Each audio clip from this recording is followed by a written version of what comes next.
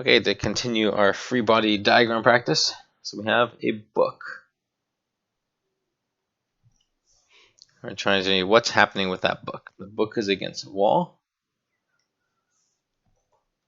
So basically what we can see is there is the force of gravity going downwards.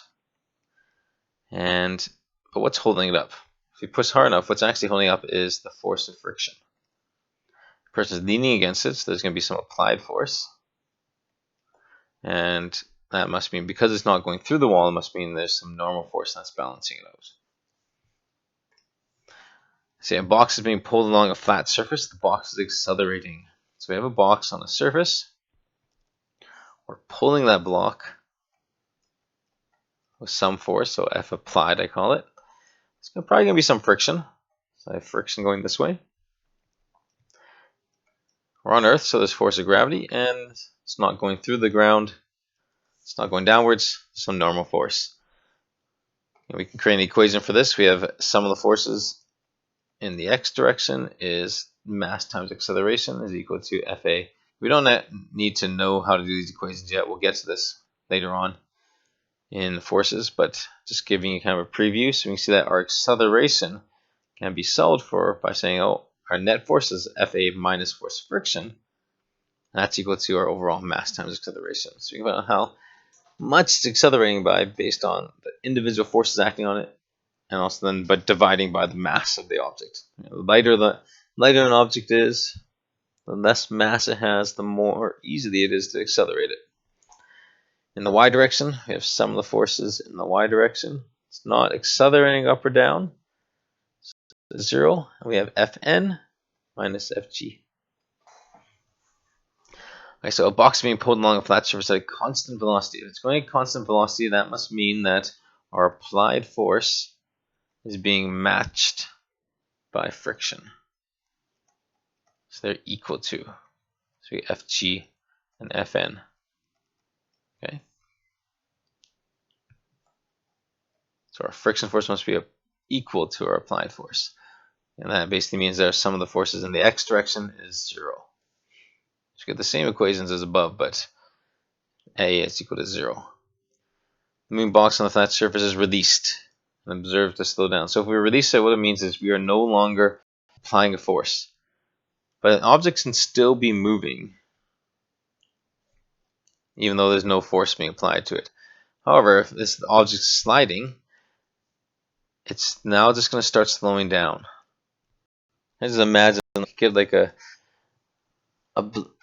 textbook, slide your textbook along the floor, right? If you take your textbook, put it on the floor, give it a nice little shove, you'll see it move forward, but after you've released it, you'll just see the textbook slow down because there's still the force of friction acting on it. So we have force of friction, and there's still force of gravity, still force normal, but again, we are no longer applying that force, so it's this, we can see we're slowing down. So sum of the forces in the x direction would be ma. And if we took that exact same formula from up here, you see there's no more Fa, so we just have that force of friction. So we get that A, we can clearly see that acceleration is going to be negative. It's going to be slowing down. Person is at rest hanging from a single vertical rope. So if this one, just imagine like you're in gym class or something, and there's a rope, and a person is holding onto that rope. In this case, we have force of gravity going downwards. But when we have like a cable or a cord or a rope, what we call that a tension force. So we use the symbol T for tension. So you're just hanging from a single vertical rope. We know that the net force must be 0, therefore acceleration is 0. Fg is going to equal to the tension. Person is at rest hanging from 2 vertical ropes. So if we draw that one, so we can kind of imagine there's still force of gravity, but the left hand is holding a rope and the right hand is holding a rope. So we have T1 and T2. But notice how I drew it. I drew those force vectors half as big. Because basically if I add them up, T1 and T2 is going to equal the force of gravity. Because I know this thing, again, it's 0 acceleration. For our last one, it's a box that rests on a ramp. And this is going to be much later in the topic. We're going to learn this. This is kind of just a preview. There's still force of gravity, and it's acting downwards. Force of gravity.